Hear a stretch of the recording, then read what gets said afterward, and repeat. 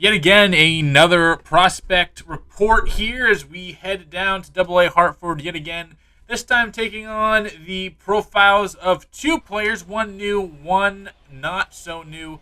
First guy we're going to be looking at is Loren Parker. He was the first baseman we received in the Ryan Weathers and Justin Lawrence trade with the Atlanta Braves. He comes over from the Braves and settles in as our number 27 prospect. But I think he can be a lot better than that. Huge power, especially against left-handed pitching. He is a bopper, and he could be someone that is hitting home runs in Colorado in the not-too-distant future.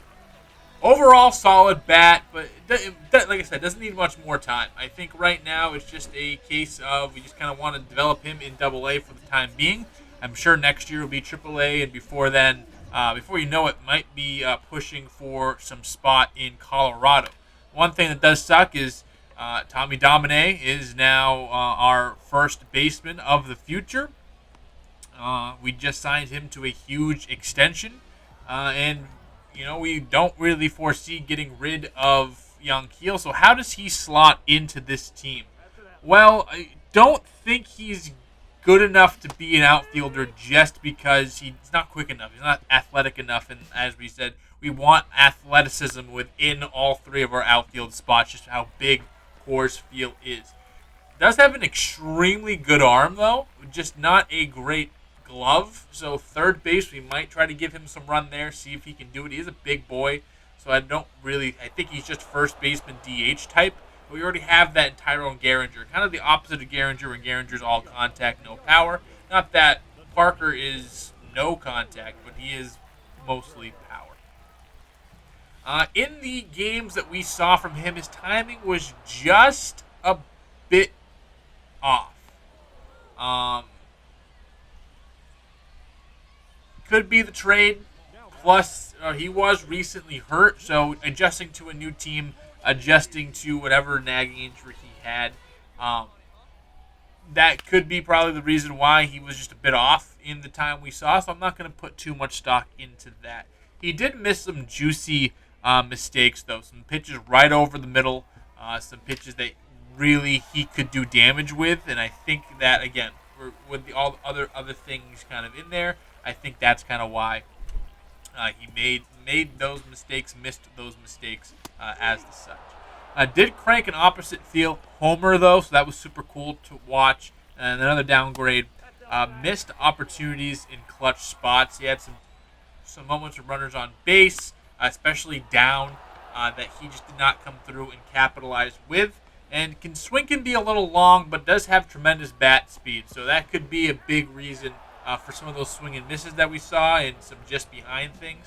3-13 in this series, 2 runs, an RBI, a home run, 2 strikeouts, and a walk for Loren Parker, and that's what we see from our first baseman. Moving on to Andrew Montanez, a starting pitcher that we got a couple years ago in the draft, and someone who's now our number 7 prospect in our organization. 4-seam changeup, curveball, slider is the mix that he has. 3+ pitches in terms of velocity, control, and break, being the fastball, changeup, and the slider. Those are he has 3+ pitches. All his other skills that right now we think are kind of just middle of the road, average, but those pitches make up for a huge portion of why we think he can be super good for us. Could use 1 or 2 more years in the minors after this one. Again, with the bevy of pitching prospects we have, we're not going to rush any one of them up, especially guys who don't have that star potential like the Paras and the Leonards and the Garcias and the Roses. Especially we're going to take some time with guys in the Andrew Montanez little area, little ledge that he's in, the group that he's in. Started the year in the bullpen, but moved to the rotation after others got hurt or graduated.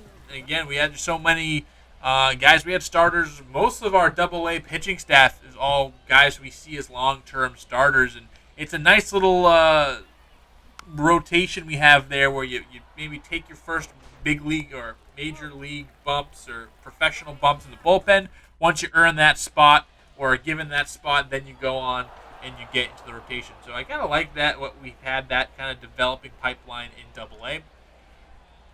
In this start, however, he located early and used his whole arsenal to get whiffs and chases. He was fantastic, absolutely electric since the word go in this one. Had every single pitch working. At four-seamers get strikeouts with. Some with the changeup, some with the curveball, some with the slider. Finished this one off with 12 Ks. And he had a whole bunch of them, especially kind of later on into the matchup as well. So kind of that second, third time through is where you saw a lot of those strikeouts, which bodes very, very well for a guy of his caliber. If he can do that consistently, then he can run his way into our plans. Fastball, he was using it every single count, using it to get ahead, using it when he fell behind, using it for strikeouts, using it to set up strikeouts, everything. One strike, two strike, no strike. 3 ball, no ball. He was using that fastball, and it set everything else up. He did get hit hard a couple of times, but for the most part, was very, very dialed in. How can he make our roster potentially? Well, again, with the bevy of starters that we have, it's going to be a little bit tough. But with his experience in the bullpen and a guy who has those really good pitches, he can definitely be a spot starter / long reliever for us in the future. Also, again, with a lot of these guys we're seeing, don't throw trade chip out of the equation. Not that I want to get rid of these guys just for the sake of getting rid of these guys, but if we, figure out like Bud Leonard's having a good year, Bobby White having a good year, obviously we have Jesus Luzardo for the next couple of years. All we need is 2 more spots after that, right? We already gave Dollander money, so we're going to be committed to him until we absolutely know that that train is way too off the tracks. He's had a couple of up and down years for us, but so all you need is one of Rose, Hardesty, Garcia. We just drafted James Mora, Parra. That's 5 guys ahead of Montanez, we think. He can be a fantastic pro. It just might not be with us, and I think that is A-okay. But he definitely was throwing his hat in this ring. Again, he's our 7th-ranked prospect. Everyone above him is also a starting pitcher. So just kind of the luck or the unluck of the draw. Maybe he becomes one of our top pieces. Maybe he becomes someone else's top piece. In the start, 7 innings, no decision, 6 hits, 2 runs, 2 earned, 1 walk, and again, 12 strikeouts for Andrew Montanez. And that will do it. We have 2 guys that are kind of blocked and don't have a clear path to the majors. Do both of these guys get traded? One of these guys make our roster? Which one has the best chance of being a future Rocky for the next great Rockies team? We'll see you next time. Have a great one, everybody.